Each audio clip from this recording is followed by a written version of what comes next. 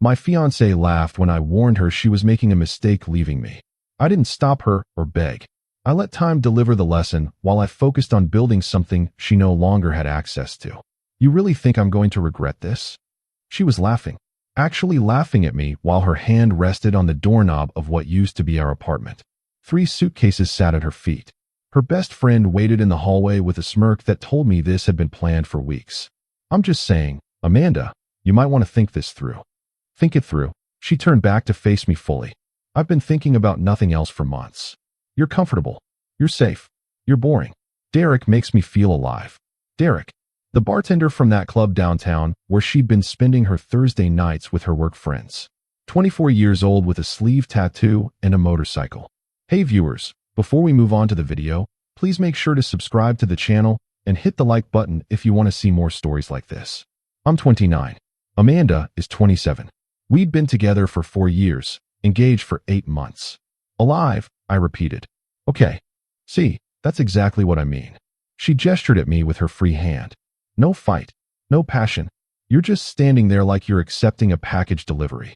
What do you want me to do? Get on my knees and beg? I want you to care. I do care. But I'm not going to perform for you, Amanda. If you've made your decision, then you've made it. She shook her head, grabbing the handle of her largest suitcase. You'll see. When you're sitting here alone in 6 months, you'll realize what you lost.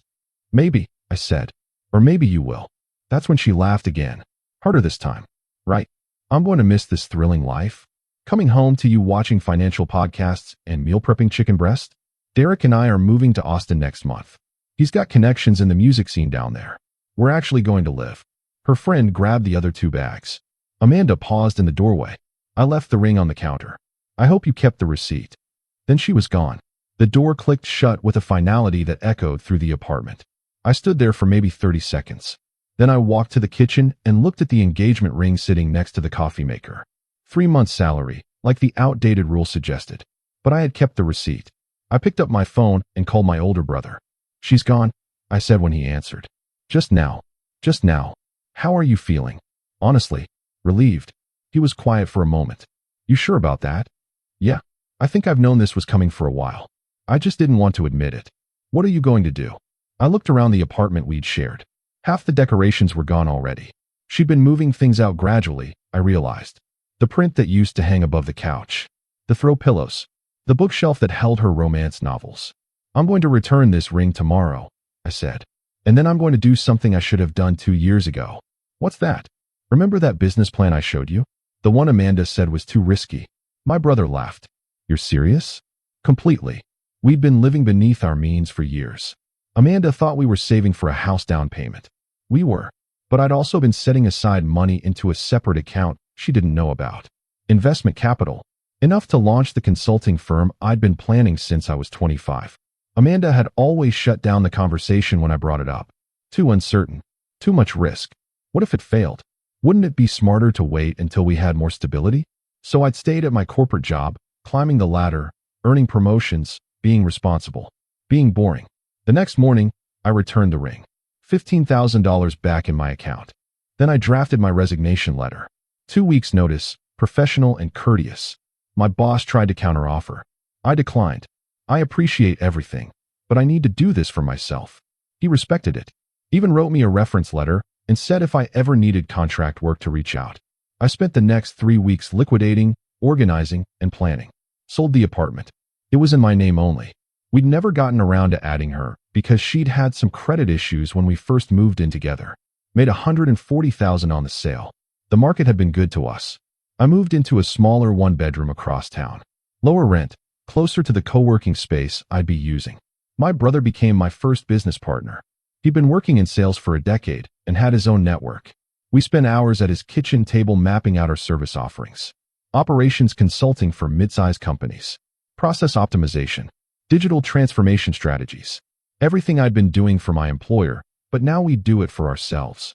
We landed our first client 6 weeks after I left my job. A manufacturing company struggling with inventory management.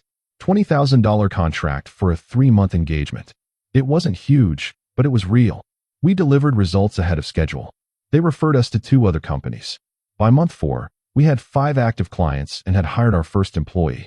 I didn't think about Amanda much during this time. Occasionally, I'd see something that reminded me of her. A song on the radio, a restaurant we used to go to. But mostly I was too busy to care. Then one evening, about 5 months after she'd left, I got a text. From her best friend, actually. The one who'd helped her move out. Hey, I know this is random, but I thought you should know Amanda's been trying to find your new address. Told her I didn't have it. Figured you moved on. I stared at the message. Thanks for the heads up, I typed back. Why is she looking for me? 3 dots appeared, then disappeared, then appeared again. Things didn't work out with Derek. She's been back in town for a month, living with her parents. I didn't respond. What was there to say? 2 weeks later, she found me anyway. Showed up at the co-working space. I was in the middle of a video call with a client when the receptionist messaged me. Someone named Amanda is here to see you. Says it's important. I wrapped up my call and walked to the lobby. She looked different. Thinner. Her hair was shorter, dyed a dark red that didn't quite suit her. She wore jeans and a hoodie instead of the carefully curated outfits she used to spend hours planning. Hi, she said. Hi. Can we talk? I checked my watch. I have another call in 20 minutes. Please. Just 10 minutes. We sat in the lounge area. She twisted her hands in her lap. I made a mistake, she started. I didn't say anything. Derek wasn't who I thought he was. The Austin thing fell through. He didn't actually have connections, just friends who let him crash on their couch. We fought constantly. He had a temper I didn't see before. I'm sorry that happened to you, I said. And I meant it. I didn't wish harm on her. I was stupid. I was so focused on excitement and passion that I didn't see what I had with you. She looked at me with wet eyes. I miss you. I miss us. I know I don't deserve another chance, but I'm asking anyway. I took a breath. Amanda, I'm not the same person you left. I can see that. You look good. Really good. And this place, your own business? I'm proud of you. You told me it was too risky. I was wrong. I was wrong about a lot of things. Yeah, you were. She flinched. Is there any chance we could try again? Start over. I thought about the past 5 months. The freedom I'd felt. The energy I'd poured into building something mine. The first time a client had thanked me personally for changing their business trajectory. The satisfaction of seeing my bank account grow from my own work. The peace of coming home to my own space without walking on eggshells about bringing up my dreams. No, I said. There isn't. Please don't shut me out like this. I'm not shutting you out. I'm just being honest. You made a choice. I respected it. I moved on. In 5 months. You moved on completely in 5 months. I moved on the day you walked out, Amanda. Maybe even before that, if I'm being honest with myself. She stood up. So that's it. For years together, and you won't even consider it. What do you want me to say?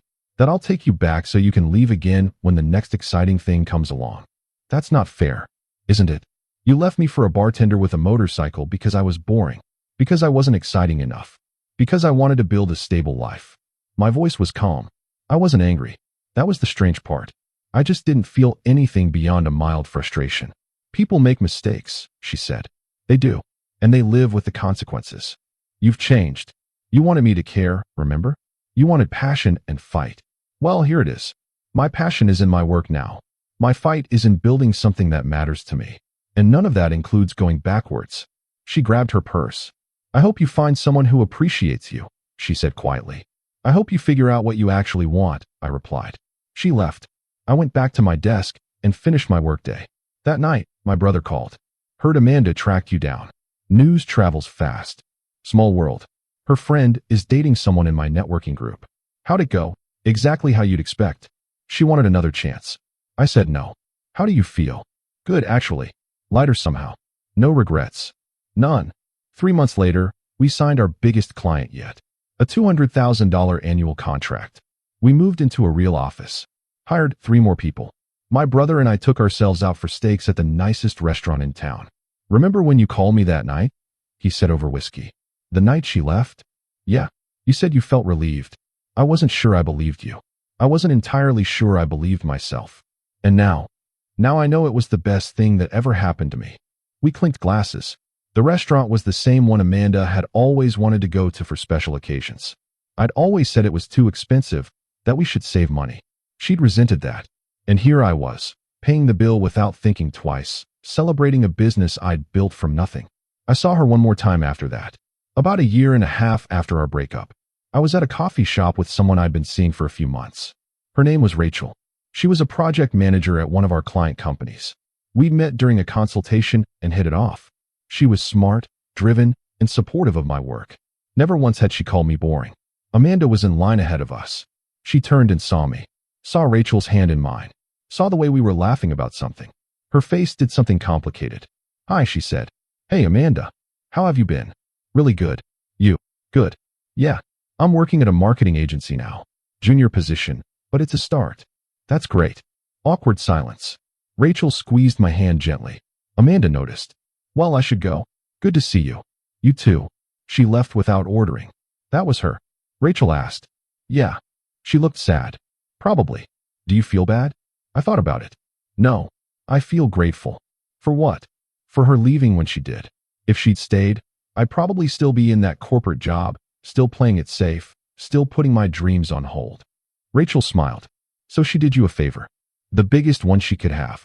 We ordered our coffee and sat by the window. Rachel told me about her week, about the project she was leading, about the ridiculous email her boss had sent. I told her about our newest client pitch, about the expansion plans my brother and I were considering. We talked about going to visit her family next month. Real plans, real future, no drama, no games. Just two people building something together because they wanted to, not because they were trying to prove something or chase some imaginary spark. That night, I lay in bed in my apartment. Not the one I'd shared with Amanda. Not even the small one-bedroom I'd moved to right after. I'd bought a condo 6 months earlier. 2 bedrooms, downtown, beautiful view. Something I owned outright. My business had grown beyond what I'd imagined. We were on track to break $1 million in revenue by year-end. My brother and I were planning to expand to a second city. My phone buzzed. A text from an unknown number. I almost didn't open it. But curiosity won. "I saw you today. You looked happy. Really happy. I just wanted to say I'm sorry for how things ended. And I'm glad you're doing well. You deserved better than how I treated you." It was Amanda. I read it twice. Then I typed a response. "I appreciate that. I hope you find what you're looking for. Short, kind, final." I deleted the number and put my phone on the nightstand. The thing about warnings is that they're only meaningful if someone's willing to listen. I'd warned her she was making a mistake. Not because I was arrogant or because I thought I was such a prize, but because I knew her. I knew she was chasing a feeling instead of building a life. I knew Derek represented everything unstable about the path she was choosing. I knew she'd wake up one day and realize that excitement fades, but substance endures. She'd laughed at me. She'd mocked the idea that she'd regret leaving. And I'd let her go. Not because I didn't care, but because I cared enough to let her make her own choices and face her own consequences. Because I respected myself enough not to beg someone to stay who clearly didn't want to be there. Because I knew that the best revenge isn't revenge at all. It's building a life so fulfilling that you forget you ever wanted revenge in the first place. She'd left me because I was boring. Because I was focused on stability instead of spontaneity. Because I was planning for a future instead of living for the moment. And in her absence, I'd taken all that boring, stable, future-focused energy and built something remarkable. Not to prove her wrong, but to prove myself right. Right that my dreams mattered. Right that my approach to life had value. Right that slow and steady doesn't mean passionless or empty. I'd warned her. She'd laughed. Time delivered the lesson. And I'd moved so far forward that by the time she came back looking for what she'd lost, I was already somewhere she couldn't reach. Not because I was cruel, but because I was committed to a version of myself that she'd never believed in. The version that existed before she left. The version that thrived after she was gone. The version that finally stopped waiting for permission to become who I was always meant to be. Rachel texted me goodnight. I smiled at my phone and texted back. Outside my window, the city lights spread out like possibilities. Tomorrow I had a pitch meeting for our biggest potential client yet. Next week, my brother and I were signing the lease on our second office. Next month, I was meeting Rachel's parents. Life wasn't exciting in the way Amanda had wanted. There were no motorcycles or last-minute trips to Austin. But it was rich, deep, full of purpose and growth and genuine connection. The kind of life you build brick by brick. The kind that doesn't collapse when the first storm hits. I told her she was making a mistake. She'd laughed at the warning. I'd let her go without a fight. And in the space she left behind, I'd built an empire. Not of money or success, though those came, but of self-respect, of realized potential, of a life lived on my own terms. She'd wanted passion. She'd found it. Just not the kind that lasts. I'd wanted purpose. I'd found it. The kind that builds over time. The kind that compounds. The kind that doesn't need constant validation or excitement to prove its worth. Somewhere across town, Amanda was probably lying in her childhood bedroom, scrolling through social media, wondering how things went so wrong. And I was here, in my own place, building my own future, with someone who saw my stability not as boring, but as strength, who saw my planning not as limiting, but as caring, who saw my measured approach not as lack of passion, but as depth of commitment. I didn't stop Amanda from leaving. I didn't beg her to reconsider. I didn't chase her or try to convince her of my worth. I simply let her go. And then I showed her, through the simple act of living well, exactly what she'd walked away from. Not what she thought she was leaving, but what I became after she was gone. The lesson was delivered, not by my words, but by time itself. The great teacher, the patient judge, the ultimate arbiter of choices made and roads taken. She'd laughed at my warning, but time, as it always does, had the last word.